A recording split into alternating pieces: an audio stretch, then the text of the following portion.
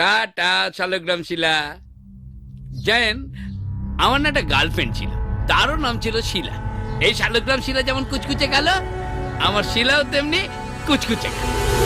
আচ্ছা, সব শিলাই কি কুচকুচে কালো হয়?